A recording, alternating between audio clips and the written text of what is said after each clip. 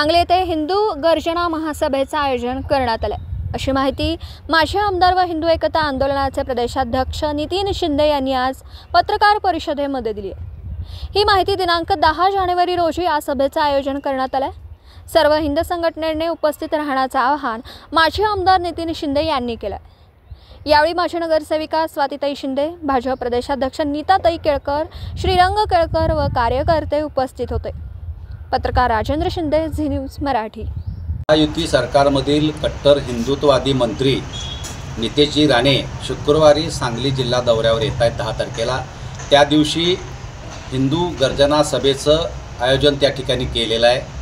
त्यांनी महाराष्ट्रामध्ये अनेक हिंदू गर्जना सभा गाजवलेल्या आहेत, अनेक विषय महाराष्ट्राच्या पटलावर आणलेले आहेत। विधानसभेमध्ये हिंदुत्वाचा आवाज त्या ठिकाणी त्यांनी उठवलेला आहे।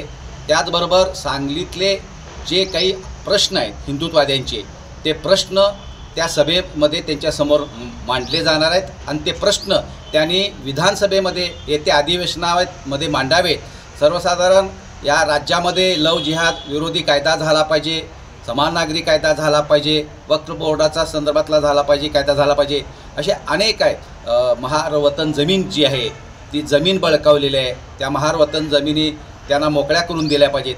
हे सर्व मांडण्याचं काम आम्ही त्या सभेमध्ये करणार आहोत व त्याचबरोबर त्यांचा मोठा सत्कारही नागरी सत्कार करण्यात येणार आहे। तरी सर्व हिंदुत्ववादी संघटनांनी, मंडळांनी, पक्षांनी आणि सगळ्या पदाधिकाऱ्यांनी मोठ्या संख्येनं वाजत गाजत या हिंदू गर्जना सभेला यावं असं आवाहन या ठिकाणी हिंदू एकता आंदोलन व हिंदू व्यवसाय बंधू यांच्या वतीनं मी करतो।